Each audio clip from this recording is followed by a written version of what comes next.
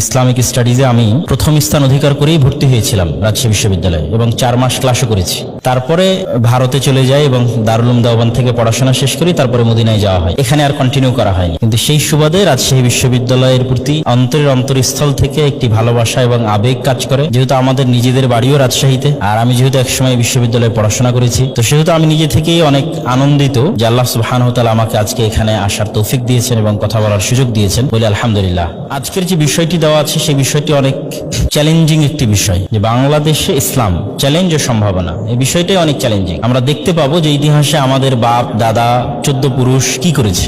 মীর নিসার আলী তিতুমির বাঙালি ছিলেন, হাজী শরীয়তুল্লাহ বাঙালি ছিলেন, তাহলে তারা বাঙালি হিসেবে কি করেছেন? শেরে বাংলা একে ফজলুল হক বাঙালি ছিলেন। এই যে বাংলার মুসলমানদের দীর্ঘ সংগ্রাম, এই সংগ্রাম শেষে আজকে আমরা কোথায় দাঁড়িয়ে আছি? আমরা কি ভুল করেছি যে ভুল ভবিষ্যতে করা যাবে না? এই ইতিহাসের স্টাডি আপনাকে বাংলাদেশে ইসলামের চ্যালেঞ্জ কি সেই বিষয়গুলো ফুটিয়ে তুলবে। আমার দৃষ্টিতে মনে হয় বাংলাদেশে ইসলামের জন্য কয়েকটা চ্যালেঞ্জ, যা আমি আমার বহু বক্তব্যে বিভিন্নভাবে তুলে ধরার চেষ্টা করেছি। তার মধ্যে 1 নাম্বার হচ্ছে কলোনিয়াল মাইন্ড সেটআপ, ঔপনিবেশিক চিন্তাধারা।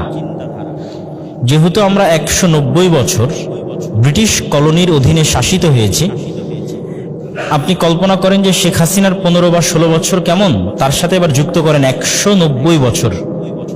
16 বছরে নাকি আপনাদের এবং আমাদের নিঃশ্বাস বন্ধ হয়ে আসছিল, তাহলে 190 বছরে আমাদের পিতৃপুরুষের কি হয়েছে? 190 বছরে কয়টা প্রজন্ম অতিক্রম করতে পারে?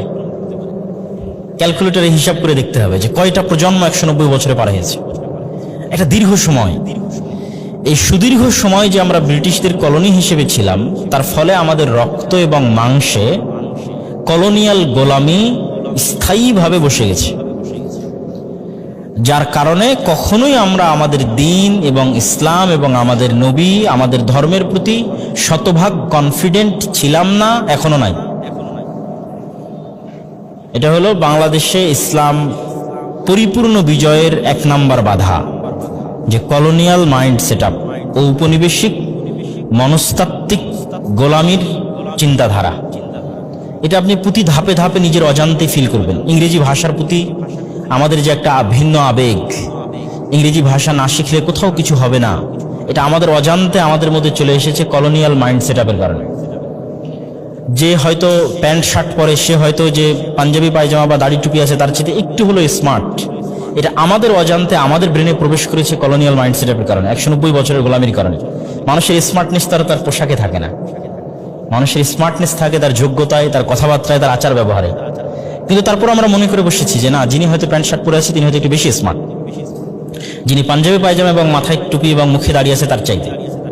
এরকম আরো অসংখ্য পয়েন্ট আপনি হিসাব করতে পারবেন, গুনতে পারবেন, যেগুলো অজান্তে আমরা লালন করি আমাদের অন্তরে, অথচ সেটির সাথে বাস্তবতার ন্যূনতম কোনো সম্পর্ক নেই।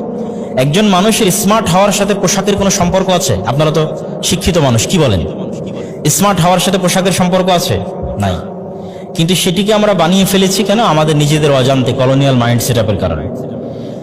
ইংরেজি ভাষার প্রতি আমাদের দুর্বলতা যে কলোনিয়াল মাইন্ড সেটআপ থেকে এসেছে, সেটি আমি বুঝলাম কিভাবে?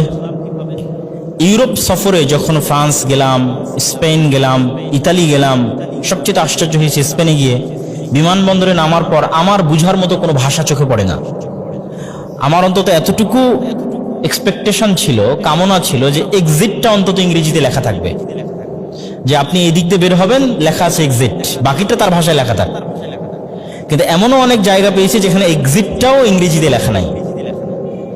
আর বিমানবন্দরে তো যা 2-1টা ইংরেজি আছে, বাইরে বের হওয়ার পর আর কোথাও মাইলকে মাইল, কিলোমিটারকে কিলোমিটার ইংরেজির অস্তিত্ব খুঁজে পাওয়া যাবে না। আমাদের এয়ারপোর্টে নামলে আমাদের ডোমেস্টিকেও যারা দায়িত্বশীল তারাও অনেক চমৎকার ইংরেজি বলতে পারে, আর স্পেনের মাদ্রিদের ইন্টারন্যাশনাল এয়ারপোর্টে নামলেও যারা দায়িত্বশীল আছে সে ভালো ইংরেজি বলতে পারে না। তো ইতালিতে ইংরেজি নাই, ফ্রান্সে ইংরেজি নাই, স্পেনে ইংরেজি নাই। আমার তো মাথা ঘুরতেছে, চক্কর দিচ্ছে মাথা, যে ইংল্যান্ডে থাকা অবস্থায় মনে করলাম ইংরেজি সবকিছু, বাংলাদেশে থাকা অবস্থায় মনে করলাম ইংরেজি সবকিছু, ইন্ডিয়াতে থাকা অবস্থায় মনে করলাম ইংরেজি সবকিছু, সৌদি আরবে থাকা অবস্থায় ইংরেজি সবকিছু। কিন্তু ইংল্যান্ডের বাইরে বের হয়ে যখন ইউরোপের অন্যান্য কান্ট্রিতে যাচ্ছি, কোথাও তো ইংরেজির অস্তিত্ব নাই। তো এটা হচ্ছে আমার পুরো ব্রেনে একটা ব্রেন স্টর্মিং ঝড়, ব্রেনের মধ্যে নতুন অনুভূতি, নতুন অভিজ্ঞতা, কেন ইংরেজি নাই। তো ইউরোপের যে সমস্ত দেশ ইংরেজি বলে তারা বাদে আর কোনো দেশে গেলে আপনি ইংরেজি খুঁজে পাবেন না। এই জন্য আমাদের বহু ছেলেরা যারা ইংল্যান্ড বাদে অন্য দেশে মাইগ্রেট করে, এরা প্রথমে কাজে ঢুকতে এদের কষ্ট হয়। জার্মানি চলে যায়, তারপরে আলবেনিয়াতে চলে যায়, বুলগেরিয়াতে চলে যায়, এরকম অসংখ্য দেশে মাইগ্রেট করে ইউরোপে, কিন্তু গিয়ে দেখে যে ইংরেজি নাই, তখন অনেক বিপদে পড়ে। নতুন করে তাদের ভাষা শিখে তারপরে জবে ঢুকতে হয়, চাকরি পায় না। তো ইংরেজি না থাকা কেন? তাদের উন্নাসিকতা আছে, মানে তাদের নিজ ভাষা নিয়ে আত্ম অহংকার আছে। ইতালির নিজস্ব কালচার, নিজস্ব সংস্কৃতি এবং ভাষার উপর ইতালিয়ানদের আত্ম অহংকার আছে।